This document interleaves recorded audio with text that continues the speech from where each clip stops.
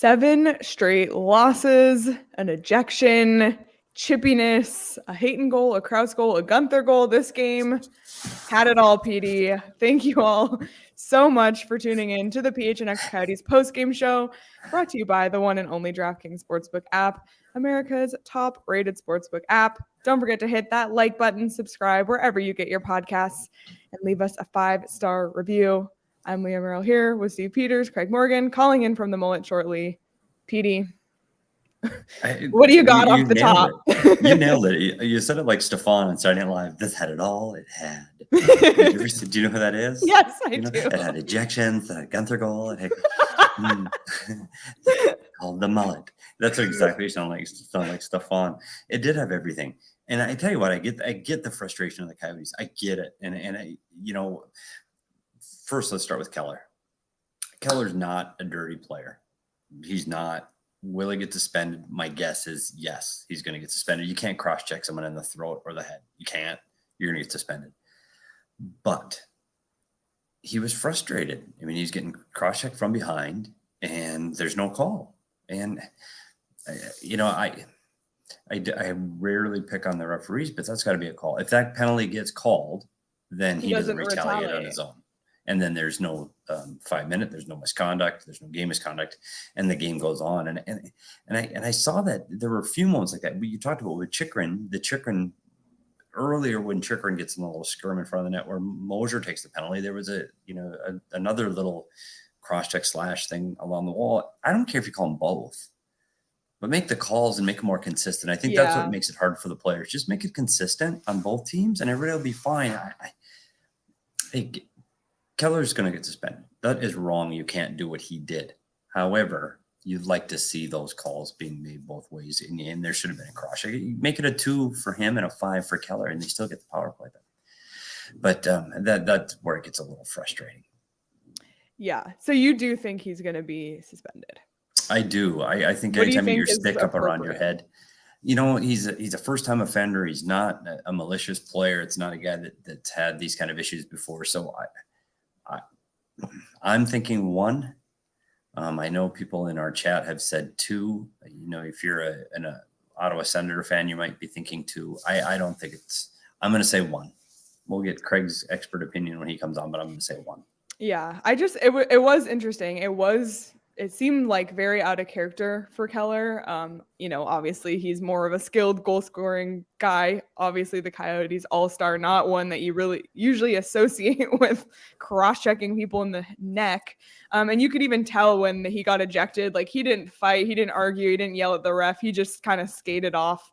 Coach Cherney didn't even try to make an argument. Like, I think we can all agree that was unacceptable and probably worth getting kicked out. But like you said, if they had called the initial, not just 1 cross check, not just 2, like at least 3, then he wouldn't have retaliated. That doesn't excuse the way he retaliated, because you shouldn't do that. That's unnecessary. But to add it in the context of they've lost 6 straight games, it's been an extremely frustrating stretch. You can tell this was a chippy game, PD, and you can see it in the numbers, which we'll get to in a second. But that first period, 19 penalty minutes alone for the Coyotes, just in that first period. That's almost an entire period's worth of minutes. This was a really, really chippy one.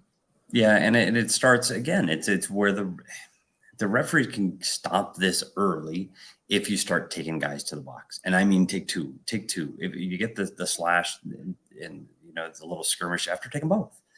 Make it 4-on-4, and then you'll set a standard for the game. When you don't set that standard early, then players go, okay, well, the rules are a little different tonight, and we can play a little looser. And sometimes that's okay. Players will tell you, as I said before, as long as it's consistent both ways. And I'm not convinced that it was tonight. And I'm one that rarely says anything about the refereeing, but that's where you saw the chippiness in. If you don't stop it early, let him go, but let both sides go. And I think you're right. It had a little bit of that, and I hate to say the word playoffs, but it had a little bit of that intensity to it. Yeah. Oh my gosh, anything could happen here. And I think, you you were glad when guys were sticking up for their teammates, and it was a little rough. And you know what? It's hockey, so I guess that's okay. Yeah, and I guess you do have to give the Coyotes props for, sticking up for themselves, and even amidst this 7-game losing streak, still, being competitive, still standing up for each other, still getting in there. I think that's a good sign, at least in terms of the competitiveness. And something I saw on Twitter and in the Discord was, we always talk about the mantra for this whole season is keep it close and competitive. And this felt like the first game in quite a few of these losses that had that. Maybe not so much in the beginning of the game. I thought, like, here we go. Here's a really bad blowout on the way. But in the end, it turned into maybe more of that close competitive game. There's obviously a ton the Coyotes need to clean up if they want to win games, especially against the teams they have coming up here. But as this one ended up being closer and more competitive. Yeah, but to your point, Leah, this one had ebbs and flows again. I mean, this is a game where, hey, let's face it, Ottawa was all over this team at several stretches through the first two periods. I mean, Vejmelka held them in it again, and they were outshot badly, and they were getting beat badly. But the difference between this year and last year is they did not have the ability to come back last year. This year they do. And it was, what do we say? It was 1-2, it was 3-1. Crouse makes it 3-2, and you go, oh, get excited again. It's they're still battling back. And then Ottawa scores to make it 4-2, and you go, well, it's over. There's no way. Well, then no, they keep going and they keep going and they keep going. And just like we say, I am going to get to the point where I'm just going to replay shows. It's somebody different every night. Mm-hmm. And it wasn't Keller tonight. Tonight it was Crouse and Hayton. And it's, by the way, Hayton, keep an eye on that because he's on a little bit of a streak right now. And his offense is absolutely clicking. And you can tell it is when the last 3 minutes after he scores and they're trying to close the gap, he gets right back out there again. So the coaches are feeling the Barrett Hayton wave too. So this team doesn't quit. And as a fan base, compete, work hard till the final buzzer, but get Connor Bedard. That's it. Yep, absolutely. Well, let's take a look at this one by the numbers because there's some shocking ones here on quite a few different lines. Obviously, you got the final score, which will add that last Ottawa goal was an empty net goal. So it wasn't a 1-goal game until the final less than a minute. 47 shots on goal for the Ottawa Senators, Petey. I know this is something we're used to. The Coyotes haven't actually seen this in quite a few games, it feels like. But 47 shots is a lot. 29 for the Coyotes, 1 for 2 on the Coyotes power play, 1 for 4 for Ottawa. Finally, the Coyotes power play waking up, but it seems like when it does, their penalty kill also lets in one. They can't really have it all. And then hits. I was debating whether or not to put penalty minutes or hits on this line. Both tell a story, but 38 to 39 hits is a lot. I mean, in a normal game, you tend to not see that many. And just for the record, the penalty minutes ended up being 31 penalty minutes for Arizona, 6 for Ottawa. So how about that? Wow. Let's go right to the shots. At 47 shots against, this is the second highest shot total given up by the Coyotes this season since opening night when they gave up 53 to the Penguins. And that is a lot of shots. And we've said it before. Vejmelka we gave up 4 tonight and was actually pretty good in giving up 4.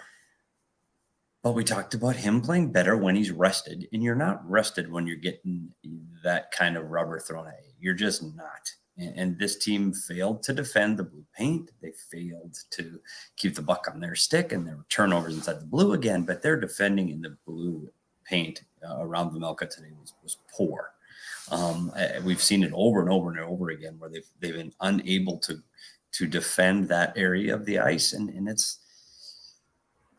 it's catching up to this team. And I feel bad for Vejmelka having to face this number of shots. It's a target. He's a shooting gallery out there. It's target practice for the opponents every night, and they've got to figure out a way to do that. And the best way to do that is first of all, stop turning the puck over. That's number one. And if they stop turning the puck over, maybe they can limit it to under 40. I mean, is that even a win? Under 40? I remember when you used to want to keep it under 30, but we're like, God, let's start with 40. It's hard to win hockey games when you're giving up 47 shots. It's just hard, period. Yeah. And it's also hard because and another consequence of Keller's ejection was Coach Chiriny plays an 11-7 system. So you lose a forward. Now you're playing a 10-7. So they were short guys. It's honestly a miracle they didn't get called for another too many men on the ice penalty, Petey, as they always do. But it's just hard. When your forwards are out there all the time like that, you get tired. When you're tired, you make mistakes, and not just tired in the game, but tired on this grueling January schedule that they're on, playing every other night and back to back on the third night. It's just grueling. So I do feel for this team because I don't know the game that's going to get them out of this.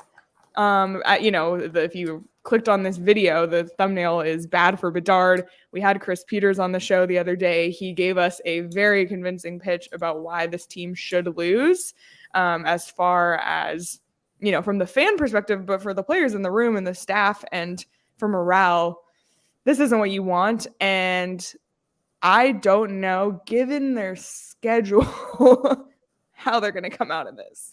Yeah, there's a couple things I want to address that you just said. One is the 11-7. And when you go down to Keller, he plays 4 minutes and he's out for the rest of the night. And you go, okay, you're down to 10 forwards. But if you look at the numbers, no big surprise here. But Zach Kassian plays 7 minutes. They have 10 forwards on the bench. So it's really only 3 lines. So they played 9. Yeah. That's like you do that in Pee-wees where you play 3 lines. You don't do it in the National Hockey League in a 60-minute game where guys are grinding this hard. To play 9 forwards, 3 lines is tiring. And we talked about the hits. Think what that takes out of you. Just all that physicality and up against the wall and that grinding. It's physically exhausting. And to play 9 forwards during that, I think that really puts you behind the 8 ball. So for them to come back in this game with playing 3 lines is even that much more impressive. So I think it's just a matter of time, and we'll talk about Zach Kassian probably at another time. But as soon as you see O'Brien or Michelli healthy enough to come back in the lineup, I think Kassian's coming out. If he can't get more minutes when you're playing 10 forwards, that there's a concern with what he's able to provide your team. So that is definitely an issue. We knew what this game was going to be like. We talked about Ottawa. We talked about the number of goals this team scores, and when they play head to head, it's going to be last man wins, and it was you felt they were there, and they thought they had a chance, and I appreciate the effort they came in the comeback, but fell just a little bit short, and you know what? That's okay. Yeah. Cue the Chris Peters quote. I know, right? I that was the one thing I forgot to upload for us tonight, but it's on our Twitter. Basically, he said, "Keep losing if this is what you want. If you're anywhere near the bottom, you should be losing," and that Coyotes are. Petey, let's get into your keys from tonight because once again, right on the freaking money with these tonight. Last goal wins. Okay, Leah, my microphone, I did it again. Yeah, you did. It's okay. It's fixed. Okay now? Yep. God, what is with me? I'm just not a tech wizard. Sometimes I check it and then it's right and then I don't. Yeah. Last goal wins. It's going to be one of those shootouts, so you better be the team that's on the top side of the shooting of the goals. No penalties.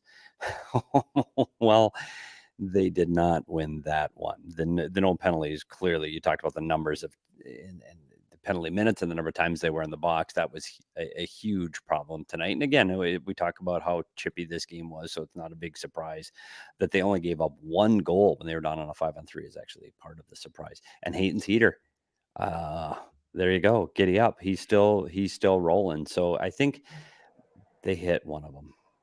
And that was the Hayton heater. And that's not enough to win the game. But can we talk about another penalty?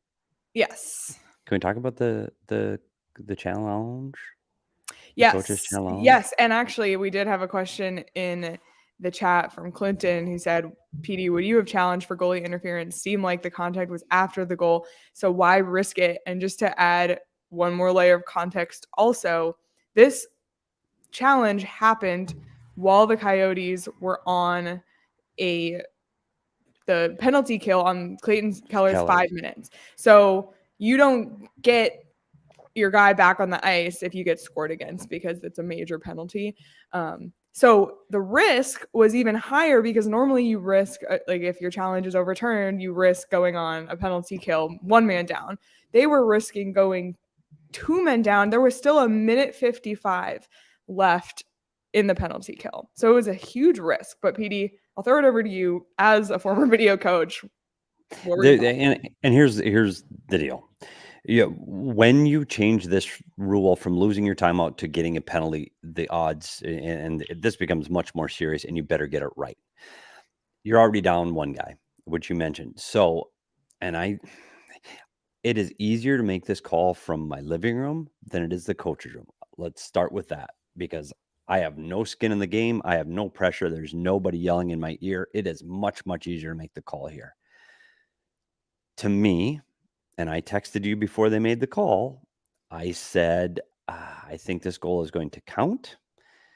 Mosier's stick is what makes contact with the helmet, and the additional contact happens after Mosier pushes him into the goalie. This goal is going to count. I wouldn't have called it, but I'm not making the call. And I know how hard it is under those circumstances. And here's what happens.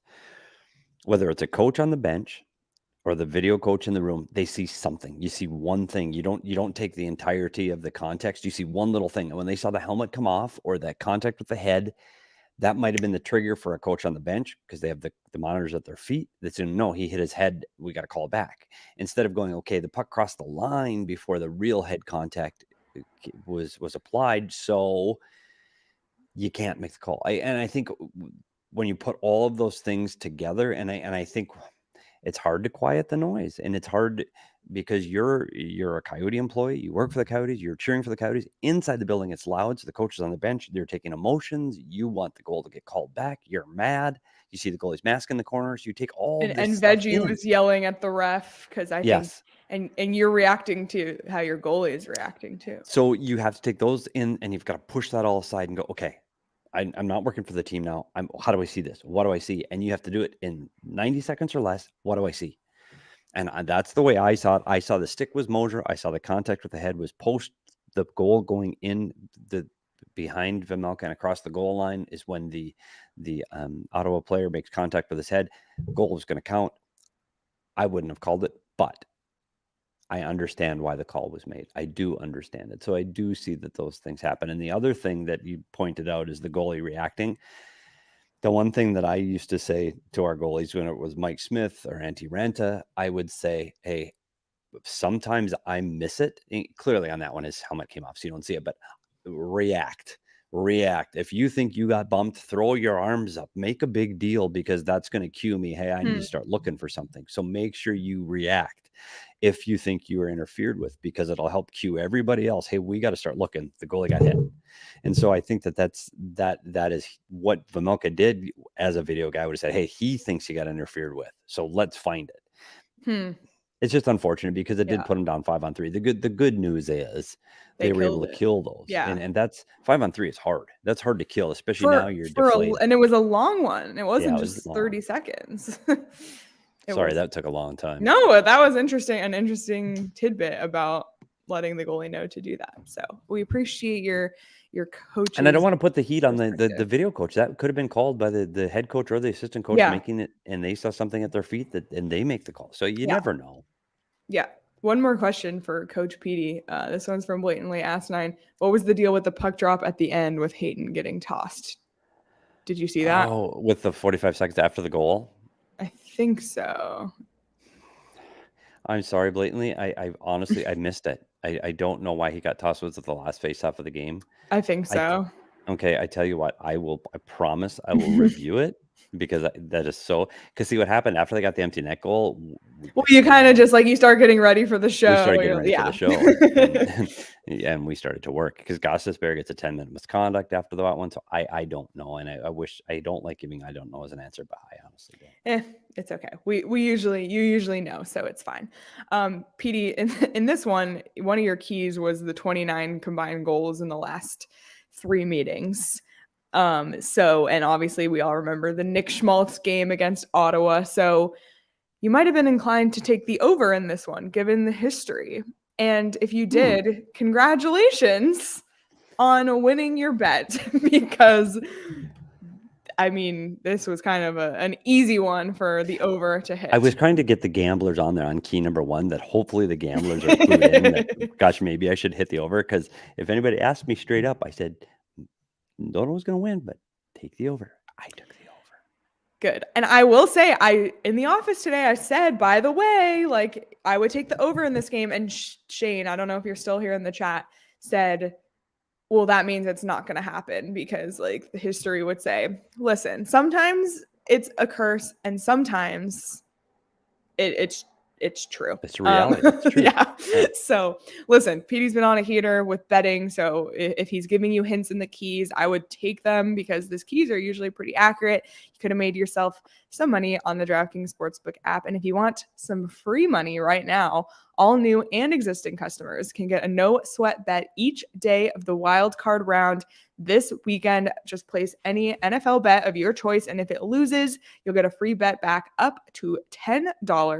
Download the DraftKings Sportsbook app. Use code PHNX. New customers can bet $5 on the NFL and get $200 in free bets instantly. That's only at DraftKings Sportsbook with code PHNX. Minimum age and eligibility restrictions apply. See show notes for details.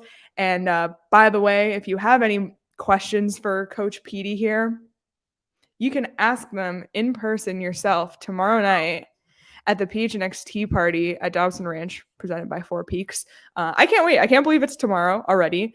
Like, I can't tell you how excited I am for this event. Free samples of Four Peaks beer, free Mountain Mike's pizza, Chop Shop, Burrito Express, all of them. Everyone will be there giving out free stuff, not to mention the golf, not to mention the games, not to mention the good company. So come join us, plus Suns game on the TV at the PHNX Tea Party. If you haven't gotten your tickets, you can just come up and probably buy them at the door. I don't know if that's true, but I am going to claim that. If not, I will make sure you get in. But come join us. We appreciate Four Peaks for helping us put on this event. And exciting news, last Wednesdays are back at Four Peaks this month, Petey, January 25th. Join the PHNX crew. We'll be there. Our show is the first one of the day at 11 a.m., but we're going back to back all day, all of our shows at the A Street Pub, live and in person. Enjoy $3 beer specials and come say hi to us at last Wednesday. So you must be 21 or older to drink, but not to come to Four Peaks, and enjoy responsibly. We got a $1.99 super chat from Vaguely Sober, our friend popping in after the DNVR sadness. Vaguely, just know that your sadness gave us much gladness. Our sadness. I don't feel bad for DNVR or the Den. They're fine parading around their cup, so I'm not too worried about them. But losing to the Chicago Blackhawks, oh, buddy. Vaguely, that's tough. But really good for us. Really, really, really good for us, because we keep saying we can't close that gap. Now, guess what? Like, the destiny is in our own hands. Is closing. It's 5. 5. It is 5. 3 more games head to head. That's a total of 6 points. The destiny is within your grasp. Just lose 3 games to the Chicago Blackhawks, and boom. I know, and we have a new bottom team. It's the Columbus Blue Jackets. How about those apples? You like apples? I am worried. I am worried though. I am worried about the Ducks. They're bad. Yeah, the Chicago. We keep saying about Chicago. They have some good players. Athanasio, Max Domi, the Kane and Taves. I know Kane was out tonight, but they have some good players. Anaheim, boy, howdy, that's not a good team right now. I'm worried about that team. I think Chicago's going to win some hockey games. I really do. And I know Arizona's going to win them. I'm just worried about the Ducks. Okay, well, we'll cross that bridge when we get to it. Yeah, but today's a good day. It's a good day. It is. It was a good day for the tank. The only thing that didn't happen was Columbus lost, but everybody else who needed to win did. Who needed to win? You know what? Listen. I know. I was talking into my mic and I wasn't talking into it for the first 20 minutes. So. Montreal won. Chicago won. Great day. And on this positivity note, Petey, let's talk about the positives from this game, because there were a couple. And we're going to start with who do I want to start with? Let's start with Dylan Guenther, who comes back from the World Juniors. We talked about his performance in his first game back, kind of an adjustment for him. And tonight you see exactly why the Coyotes drafted this guy, a sniper, a goal scorer. That shot was unbelievable. A goal scorer's goal, if I've ever seen one. His 4th goal of the year, and all 4 of his goals this year have come on the power play, which is really interesting. He is a leader among rookies, first among rookies actually in power play goals this year. And now with 2 of his goals against the Ottawa Senators, he scored his first goal ever against Ottawa. And then tonight, 50% of his career goals come against Ottawa. It's just a fun little stat for Dylan Guenther. Yep. So he also had an assist on the Crouse goal, which we'll get to in a second. But because of all of these achievements, Dylan Guenther gets to wear the crown as tonight's DraftKings King of the Game. Golden Guenther, 1 goal, 1 assist, and 5 shots on goal. Which is great for him. So he definitely had an impact tonight. What's the bigger honor for Golden Guenther? Do you think the gold medal and the golden goal in Canada's win at the World Juniors, or being named PHNX as DraftKings King of the Game? Oh, I mean, he's framing that graphic and putting it on his ceiling so he can stare at it at night. There's a lot of weight. But the one thing about that goal, Leah, is he comes onto the ice within 3 seconds. He scores a goal, because that's what goal scorers do. As the puck's coming into the zone, they're getting onto the power play. Player changes so they get the power play unit on. He steps over the boards, stick on the ice, ready to shoot, and that's what goal scorers do. He was ready for that play. He knew exactly what he had to do when he jumped over the boards. And one thing that drove me crazy, or still drives me crazy, when guys jump over the boards and they're still putting on their gloves, or they're putting in their mouth guard, or they're adjusting their helmet, or their sticks upside down, get ready to goddamn play. Guenther jumps over the boards, stick on the ice. He's ready. He jumps in, and he, like you said, that's what they got him for. That shot that he took, you saw it in juniors. You know he's got that shot. He can beat a goalie clean from the top of the circles, and he goes and does it. So it was a hell of a play by Dylan Guenther. Absolutely. And here, if I was going to say here early, but we've literally been talking for 30 minutes already. But Craig is here, so we'll welcome in Craig. Craig, hello. What's up, guys? Heard you talking about Dylan Guenther. He was screaming for the puck on that play too, Petey. That's awesome. That's what you want to see. I don't know if we talked about it much. His first game back, I thought Dylan Guenther looked lost. Didn't look like he was completely out of place on the ice. And I was like, uh-oh. I thought, momentum should carry him over. Tonight, he looked like he belonged on this team. So you want to see more of that moving forward. Yeah, Craig, you talk about the World Juniors, and it is the best players that are 18 to 20 years old, and the intensity is there, but it is not the National Hockey League. You're not playing against men, and it's a different pace and a different speed, and I agree with you 100%.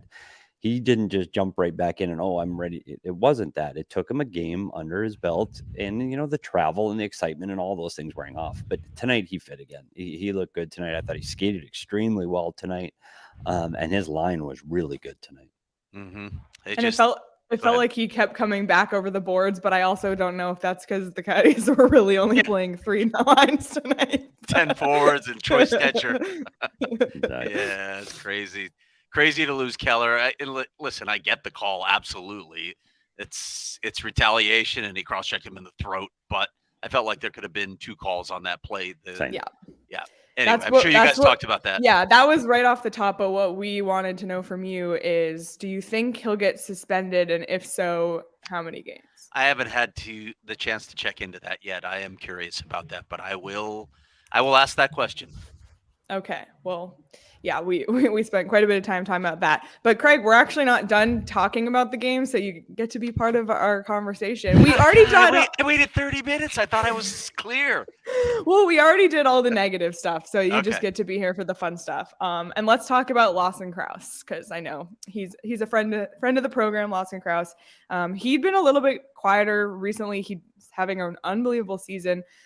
But hadn't scored a goal since December 27th, hadn't recorded a point since New Year's Eve, finally got on the score sheet tonight. And it was a big one, his 15th goal of the season, now back on pace for his 30-goal season. What do you think about Lawson Crouse tonight, Craig? Well, more importantly, it's what I think about my story tomorrow, Leah, because it's all about me. And I have a note on Lawson Crouse and that 30-goal pace. So I came into tonight thinking, if I want to see one thing tonight, it's Lawson Crouse scoring a goal so that my story will work tomorrow. And now it does. So that's what I think of Lawson Crouse. I think, thank you, Lawson. for making sure that my story still works. But you're right. He had been in a bit of a slump. And don't forget, they lost Matias Michelli, and that line was really clicking. He was playing really well with Matias Michelli and had to adapt to new line mates. First, it was Michael Carcone and Jack McBain, and you see how things are getting shuffled around here. So it's going to have a little bit of an impact. And of course, this entire team has been slumping recently. So it's not just Lawson Crouse. If you look up and down players' performances over the last 7 games or so, you're going to find a lot of guys that haven't produced a lot offensively. But again, it was good to see him get back on track. It looked for a while like they might rally in this game.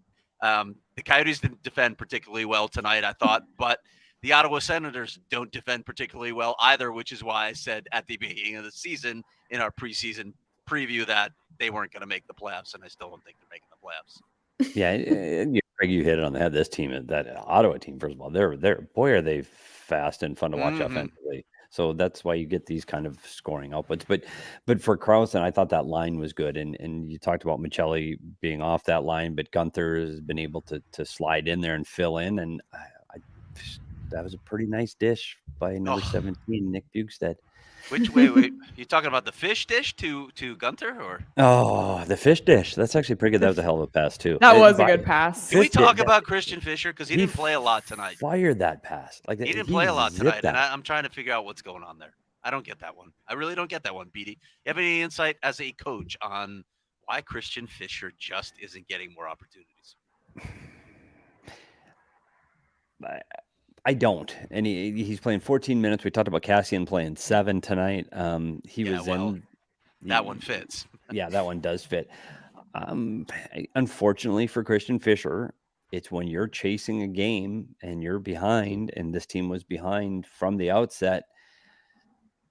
Unfortunately, Christian isn't that guy that you go, hey, he's going to get. I know he scored more this year than he has traditionally, but it's those other 2 lines that you're getting out more often, because you got to think that with Schmaltz and Crouse and Guenther and Bugstead, those are the guys that are going to get you back into the game. And you're going to get all your offensive zone starts to those top 2 lines because you need the goal. And that's what happens when you're chasing.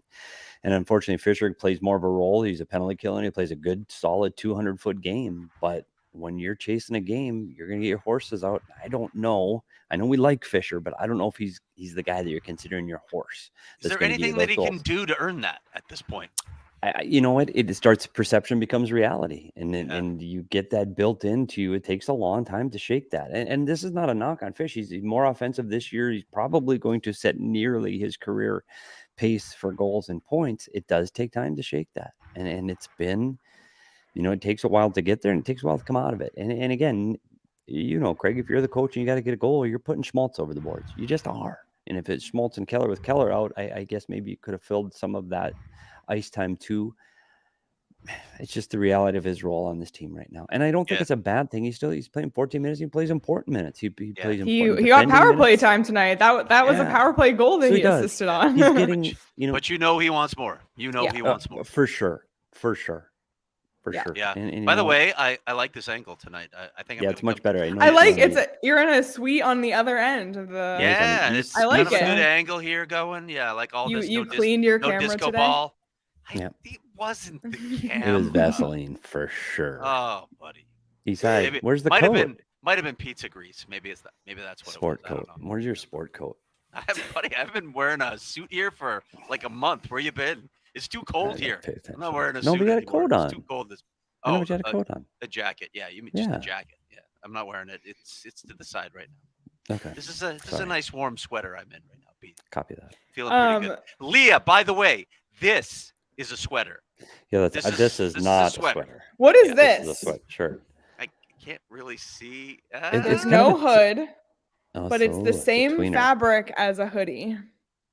It's a tweener. Yeah. We're going to have to come up with a term for that. Yeah. All right. All right. Well, another guy we need to talk about is the latest walking and talking star. And it's Barrett Hayton, who wasted no time letting the Juju get to work and now has scored in 3 straight games, including 2 goals since doing walking and talking. And as I tweeted, walking and talking and scoring, also one of the keys to tonight's game. Wow. We'll let Petey crow about this in just a minute. No, because Andre you Tourigny- did yours about your article. You got your article in, and your Okay. guys get hot around your articles. So I can talk about my Okay. thing. You can. Here's what Andre said, though. He didn't even think this was Barrett's best game. He said he's had better games recently, but he said too many people define success by points. I've seen what Barrett's been giving me in other areas for a long period here, but it is nice to see him producing because you know how important this is to Barrett Hayton. He's done this his whole life. It's been frustrating for him. So I think it's 9 points in his last 8 games now. If I tweeted this earlier and I can't remember it, but he's producing, and that's nice to see. And let's face it, even if you're going to be in a 3C role as the third line center, you still need to produce some points in that role. You can't just say, oh, he's a great defensive player and a penalty kill, he's got 20 points. No, that doesn't work in the NHL. You got to produce. But even in the first period, Craig, didn't you think prior to him scoring, he had some really good looks and some really good shots? Like the save the Ottawa goalie made in the second was unreal. Andre said what he said. I was a little surpid when he said that because I thought he played well tonight. But I'm not watching like every second, seeing all the little details. Yeah. You got to go back. I mean, you'd have to be somebody like, I don't know, a video coach to be able to go back and do that. I liked his game tonight. I had him as one of my 3 stars for sure. I thought, and you could see it. And Coach Tourigny, I thought the same thing because he was over the boards all the time tonight. And I imagine these guys need a little bit of a rest. We talked about the workload without Cassian playing much and with Keller out. Guys are tired. Yeah, it was basically 9 forwards tonight. What day is tomorrow? I don't know. Friday. It's Friday, and they play Saturday, Sunday, and tomorrow's a travel day. Yep. Tomorrow's a party day for us. Yeah, I know. We already talked about that too. Yes. Okay. And not to be confused with Craig's St. Patrick's Day party. Yeah. Have I mentioned that I'm having a St. Patty's Day party? When's the traffic? You know that yet? What's the traffic like on that? So, when I said it in the office the other day, I was like, hey, guys, I'm hosting a St. Patty's Day. Somebody looks at me and goes, oh, when is that? It's this. What? Okay. Come on. Ooh, Anyway. I'm going to. Yeah. I'm not going to name names. I'm not going to throw somebody under the bus. So do they take the day off tomorrow? Like Yes, they're not practicing. They're flying at noon to Minnesota. Minneapolis. Yep. Yeah, and then to Winnipeg. And then, but that's what I mean. You got 2 tough teams right now, and you got to take the time off. And in the middle of this 15 games in 26 days, and they got to go to Minnesota and Winnipeg, across the border, then come back home. And then it's going to be cold, and you're going to be tired, and it's going to be dark, and that takes stuff out of your body too. It makes you feel exhausted just being there, because trust me, I've lived there, so I know. Yeah, this is just not, and you can't practice. You can't practice. Well, yeah, you take the day off. I'm gonna pull up the schedule just so we can all get a visual of just like when are you supposed to practice when you're flying half these days and resting the other half. You can't practice on Monday when you come back either. You got to rest that day. So you got to rest that day. It's nuts. Maybe they'll back to practice back on the after 18th. Flying from Canada. Monday's off. It's 18th is a practice day. That's it. Yep, that might be it. And then what? Ovechkin comes to town and Dallas. Yeah. Then you're going to Dallas, who's one of the best teams in the West. Sorry, this is just an unforgiving. And I don't know if you saw Detroit beat Toronto tonight. Do you know Arizona beat Toronto twice, and now Detroit has beaten Toronto. So the Coyotes beat the Maple Leafs. I think they did twice. But this Detroit team is better than people think too. In Washington, you talked about Ovechkin. You talked Dallas on the road. Like this Washington's hot now. Yeah, Washington's playing well. They're charging up the Backstrom back. This was the one tonight, Ottawa and maybe Detroit, that you could see the rest of this little stretch. They're still 0 for January. And have you talked about what else happened around the NHL, buddy? All the losses for the tank. I mean, it was an 11-point deficit a heartbeat ago with the Blackhawks, and now it's down to 5. We got a new bottom team, Craig. It's Columbus. Yep. Yeah, and we just looked at the next 5 games. I don't know if 4 games. I don't know if they're winnable. 1, 2, 3, 4, 5. I don't know if there's any winnable there. And Chicago's playing better. I'm not thinking without Petey Kane. Yeah, go figure that out. Yeah, Detroit's the game I look at on this schedule and think maybe, but yeah, Minnesota, Winnipeg back to back. No, and then the Capitals. They got Winnipeg just beat Buffalo in Buffalo tonight. Winnipeg's playing really good right now, and they're starting to pick up their pace. Minnesota's always you might be able to sneak up on them if their goaltending is suspect in a game. You might be able to. I don't know, man. Hoping to catch up with Bones, by the way, for a story, Pete. We'll see what happens. They got a crazy schedule too, so we'll see. But 0 for January is exactly what the doctor ordered. Just saying. Right back in it. Right back in it. But and if you don't, and I just urge everybody, because I know everybody wanted to go listen to Chris Peters again. And I think Leah needs to tweet this again, because we should just have that clip on our show. No, I'll get the clip ready if you guys keep talking. We can't underscore this enough. Well, that'll be hard for us, Leah. We never. Yeah, Craig and I can't talk. We don't like to talk, but you can't. Well, I know we've talked about, hey, they won a few games. We talked about playoffs not but 3 weeks ago. Buddy, there is, after seeing what Connor Bedard did in the World Juniors and what he's done back in the Western Hockey League, there is no doubt. And Chris Peters blatantly said that. And I said blatantly because Blake said this night, asked and came up again. You have to lose. You have to give your team the best opportunity to get this player, period. Yeah. And by the way, Chris Peters also said on our show, and I hadn't been paying attention to this chatter, the recent scouting saying he's not a center anymore. Talked to a couple other people at the game tonight who were like, yeah, Connor Bedard is not a center. He's going to play wing in this league. He's going to play wing in this league.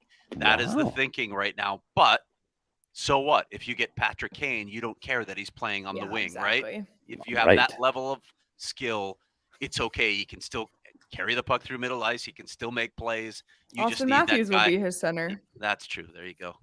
Okay, well, I have it. And this is a good reminder. 7 straight losses for the Coyotes. And this is why, coming straight from the mouth of Chris Peters. I'm telling you right now, like any team that is towards the bottom of the league, if they are not trying to lose, they are screwing up massively. There you go. If they are not trying to lose, they are screwing up massively. So there you have it. Rebuild reminder. Rebuild reminder. We haven't done and that that's truly it. And you've talked about what can happen to this franchise if that happens. And you've seen what Logan Cooley's doing and Dylan Guenther's doing. And there is some good young talent around this franchise. And this would be the crowning achievement to that. So no doubt. I hate to say it, we're gonna have to suck this up for another 41. Right. Woo! I know. I can't believe this is the midway point. I know we didn't celebrate. Point. I'm gonna have a mid-season report up tomorrow, so look at that. Oh, we already talked about Lawson Crouse. Everyone knows that's going to be in my story. Of course, it's going to be in my story because I love it when a plan comes together. But he's got the best beard at the midpoint for sure. Well, with Liam out, and I did see Liam today. Liam was out. It doesn't look like he's anywhere close to returning to the lineup. So Liam O'Brien's still out. So yeah, Lawson Crouse does have the best beard, but some other things, some other impressions, and I won't get into detail, but obviously Clayton Keller has been producing. Didn't get a chance to tonight because he was out after just a couple minutes. Might be out again. Yeah, we'll see about that. Yeah, but I'll get into some of the other impressions. I was gonna write about Mullett Magic at the midway point of the season, but that's kind of evaporated. There, you finally had a storyline go against you, evaporate, like everyone else just does it knowing that you're going to write about them, but the Mullett can't know that. So yeah, apparently not getting the message. But on the subject too of just Coyotes at the midway point, I was curious. We obviously talked a lot about who we thought the Coyotes All-Star would be ahead of time. We did a whole podcast on it. You can go back and listen. And it was Keller. But I was curious once the Twitter vote opened who the team would campaign for, because every team is campaigning for a handful of their players. So the Coyotes did release today that they're campaigning for Crouse, Chychrun, and Gostisbehere. And I just thought it was interesting. Obviously, Crouse was one of the ones we talked about would be a really great fan vote for the Coyotes, but Chychrun and Ghost, showcase your stuff in front of a national audience, in front of all the teams. But I was curious about that too. And of course, your story, you guys did your story on Chychrun today, which was excellent. Yeah, I don't know if any of those guys are getting in. I mean, we know how this works, right? Yeah. Do you think the fans are voting for players in Arizona? Hey, it doesn't matter if they do or not. I'm just saying I was like the team's pushing them for sure. Yeah, but it was just interesting to see that. And how Veggie is we talked about Veggie on that podcast, but this was right before this huge slide and there's no sniff of Veggie anywhere near All-Star. It's a half-page ad of Chychrun. Face it, it's a half-page ad of Chychrun. Hey, this guy's should be an All-Star. Do you want him? Interesting, isn't it? Yeah, that was he was the big picture on that tweet. Yep. We'll see. Perception becomes reality. Just saying. Yeah, but speaking of Chychrun, go check out Craig and Petey's story on gophnx.com for diehards only. Phenomenal story, phenomenal analysis about Chychrun, who had a really down year last year, is kind of back on pace to where he was in that almost Norris caliber season the year before. So check that out on gophnx.com. Become a diehard. Today, Yes, I please. love seeing the diehards in the chat too. Yeah, and I want to say this. I'm going to pay Petey a really high compliment here, and then you won't hear anything like this for another month. The story Recorded it. today, I mean, and we went out, obviously, and talked to Chick together, and it's fun to collaborate with someone on a story. Petey gave me a sense of where he was going with the slides, so I knew what direction to go in with sort of two sections of my story. But some of the analysis, some of the things that Petey broke down with what Chick was doing last year versus this season, which is a great way to frame it, by the way, just because last season was arguably his worst season as a pro, and now he's back to that level we saw a couple seasons ago. Some of the things that Petey analyzed, I had not heard from anyone before. Literally, no one had talked about it yet.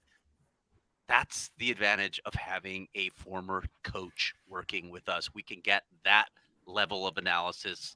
I said it to Petey on the text. Wow. You are not getting this kind of coverage anywhere else of the Coyotes. Nobody's even coming close. When you can have that level of analysis, why the hell would you go anywhere else?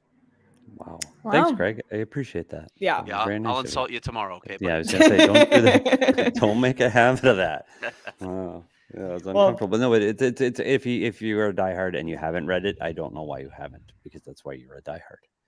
Yep. It was good stuff, and it was good quotes, and it was a good story. And in sitting down with Chick, it was just a really good conversation. I thought that was good, and he was candid and honest, and it was really good. It was fun. I had a lot of fun.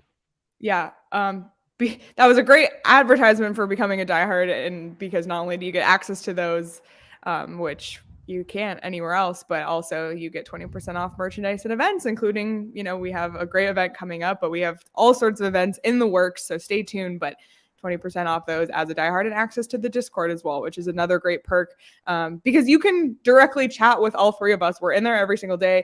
PD's always in there answering like niche hockey questions, and Craig's always in there answering like insider questions, and I'm just throwing We were out talking whatever. about dieting in there today. I know that was a Dieting. very I saw interesting that. conversation.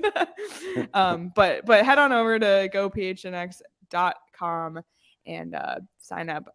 gophnx.com/diehard to join the family. And if you want to support us, it really means a lot if you support our partners as well. And our partner OGs is one we love a lot. And I can't wait to try their new flavor. And I will say, we are a big fan of OGs on this podcast. And they have their new CBD THC Happy Balance ratio flavor, strawberries and cream. OGs will also be at the tea party tomorrow. So say hi to them, go talk to them. Locally made, unbelievable. You can find them at your local dispensary. You must be 21 or older to enjoy. And PD, I will say, for the kind of game it was today, the side counter hasn't really been needed. Pretty minimum.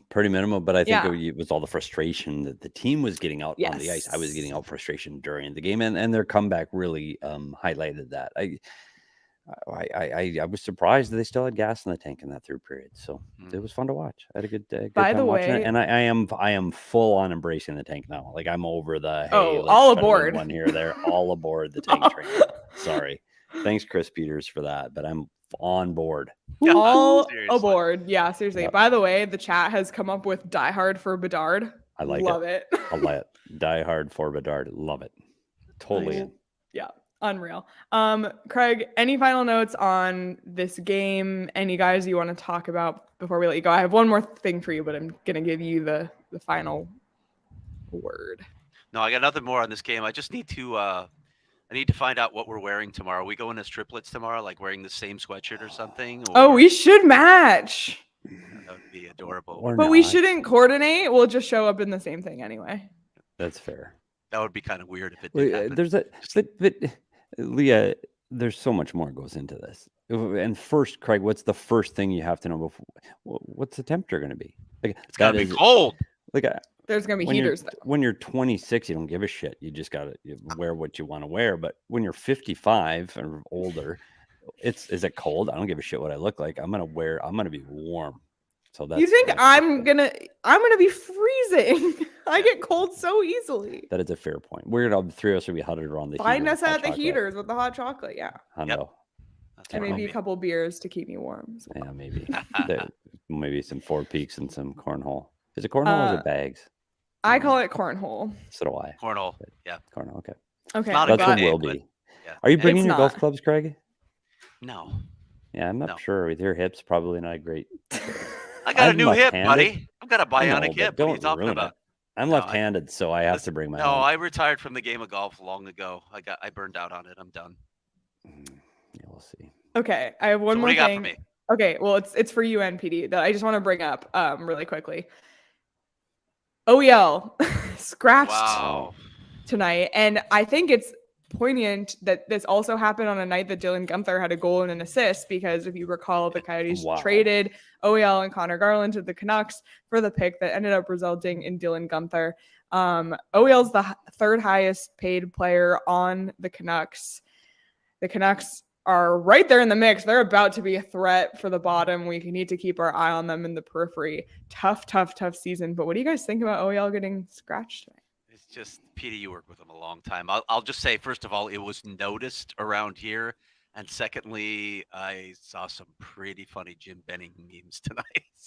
But anyway, I'll let Petey talk because you were it's tough. OEL a lot. Yeah. OEL wants to be better. He wants to be a factor in the game. He's got a lot of pride in his game. Like that to me, him sitting out is going to crush him. Like that is hard. This guy, he didn't always play like that because he played with a lot of injuries and a lot of pain, and people didn't know he always played with all of those injuries. OEL was a premier player for this team when he first broke in, and then he took a few steps backwards for a various of reasons we've talked about before. This is going to be hard on him, and it's hard to bounce back from this. And the trust between that coach and the players is already razor thin. Yep. This isn't going to help because he's liked in the room. Yep. And guys don't like that when you see something that happened to a guy. And I know if he deserved it because of his play, this team isn't pushing for a Stanley Cup right now. So I have a hard time believing OEL's not one of your top 60. It's hard. It's hard to watch. And I will say this for the Coyotes. You got rid of that contract and you got Dylan Guenther. Big win. Remember that because that was the flashpoint for all of this. Yeah. If they don't move that contract, this doesn't happen. They're not able to do a lot of things that they do. I mean, remember where they were in terms of draft picks even. Yeah, it's so true. And now they're loaded. Combine scandal and Taylor Hall trade, and now they're loaded again. But that was a critical move to making all of this happen. Yep. Very true. Anyway, Craig, we'll let you get going so you can get some rest before the big event tomorrow, and so you can get writing on that story, which I can't wait to check out. But we appreciate you, and we'll talk to you soon. Great seeing you guys. And hey, Petey, put it on your calendar. I am having a party for St. Patty's Day, okay? My calendar goes to Have February. You written it down That's yet? it. Okay. No, I've got 1 month. It's only to February. All right.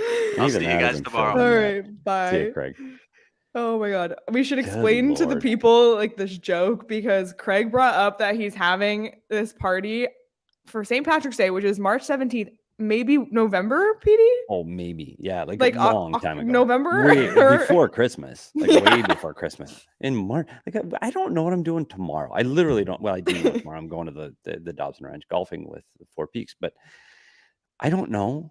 But March. And then not only did he do that, he went as far as he looked at the almanac for what the weather was going to be. And then he started saying, well, he literally did. He did. He literally looked up the average temperature and then said, I think it'd be a good temperature to have a bonfire. Yeah, and then he's talking about the traffic patterns at that time of day. I'm like, what the?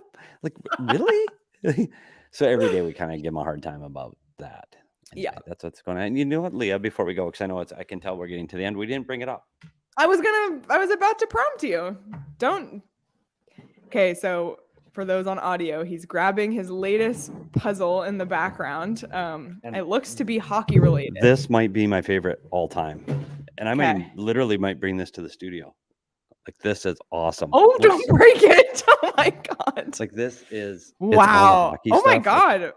I Gordie love Howe, that. The Hanson brothers. You got all the logos from the original 6 teams. It is super cool. That's I know awesome. It could absolutely hang at the PHNX studios. I think it's super cool. That's really awesome. neat. It's got Bobby Orr on it.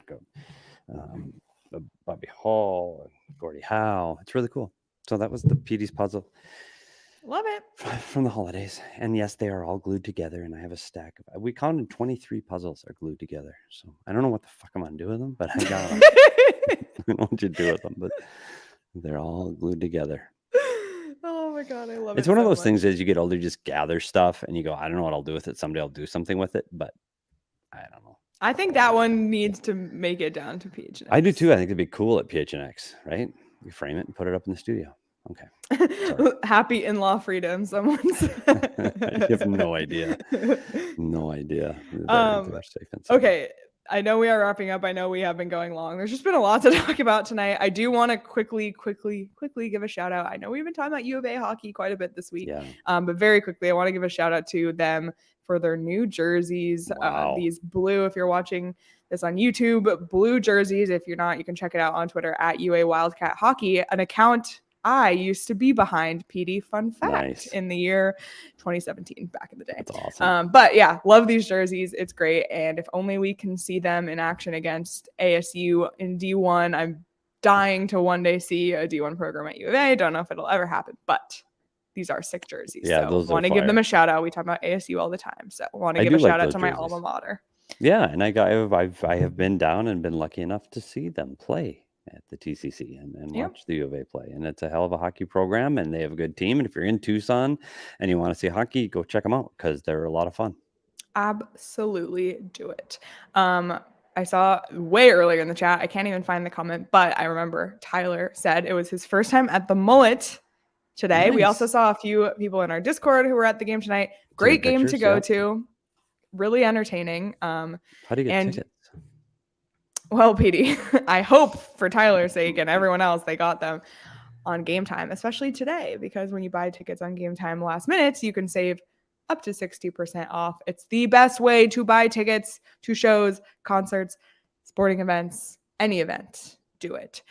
Check out Game Time, and the best way to support us is by buying with the link below in our description. We appreciate when you do, and let us know what events you're going to with it. So we love to hear that as well. And speaking of fun things to do, check out Octane Raceway and Mavericks if you're looking to, get out there on the weekend or during the week. Check out Octane. It's a blast. We've been out there a few times. It's so much fun. PD's been in the go-karts. How'd you do? Good father-son thing. I told you this already. Good father-son thing. Yep. So Great activity with your friends. They have weekday deals, Monday, Tuesday, Wednesday, Thursday, Friday, and Saturday and Sunday, all sorts of deals. So check them out. And the Super Bowl, today is January 12th. On February 12th is the Super Bowl. That's when that is? Yep. So a month from today. If you want a fun, if you're like, whoa, how am I going to watch the Super Bowl? If you want a really fun environment to watch Super Bowl, watch the big game at Mavericks. Dozens of 4K televisions, a 20-foot Jumbotron, 5,000 square foot restaurant featuring a chef-curated menu. By the way, the food, unbelievable. Craft beers, including Four Peaks on tap, and custom cocktails. Enjoy the Super Bowl experience at Mavericks. Book in advance at mavericks.com/thebiggame. All right. We have one final thing to do, PD, and it's What's look. that? Oh, no. You guys, he's back. He's back in town. He wasn't producing tonight, but he is back. And the punch card has been revived. Yes. It lives. Updated and halfway. It's the punch card. There it is. Look at all of that red. Woo! 1, 7 2, 3, straight losses. Thank God. Thank God he's back and we get back to... I know. I can't wait for him to be back behind the Mac. And by the way, how this show is cursed with awful travel, we need Sean to tell us about his travel day yesterday. Bad? Oh, bad. And I don't think he has his luggage still. Was yesterday the day that the FAA? Yeah. And he was flying on that day? No. See, I get my days mixed up because I just do. But that was yesterday when all that happened, and he was a flying day yesterday. Oh, no. Yeah, he texted us. This is all I'll say. He texted us last night. Me in Phoenix. My bags, not in Phoenix. So. How long was he gone? See, I don't know. We'll talk about a week and all that. I guess a week is you got to draw the line somewhere. Carry on. But we're happy to have Sean back. But back. everybody, thank you so much. Thanks for chiming in the chat. Your comments are always amazing and hilarious and informative. We appreciate you. If you're listening later, we appreciate you, whether you're listening on audio or on YouTube. Like this video if you're watching on YouTube. Subscribe if you're listening on audio. Leave us a review there. We appreciate that immensely. And follow PHNX Sports across all social platforms on TikTok, Instagram, Facebook, Twitter. There's a ton of stuff going on. Arizona Sports is... it's always something going on, and we got you covered. So we appreciate you immensely with that. And you can follow us on Twitter at Leah Merrill, at S Peters Hockey, at Craig S Morgan, at Sean_DePaz. Tweet at him that you're happy he's back and you're happy the punch card is back in one piece. He'll be happy to hear it, especially after his shitty travel day yesterday. But you can also follow our show at PHNX_Coyotes. Share it with your friends. Again, we appreciate you all immensely. We'll be off tomorrow, but we'll see you at the tea party if you're going to be there. Can't wait. I know a bunch of you are coming, so can't wait to talk to you there. But we'll be back Saturday night after the Minnesota game. Oh, yeah.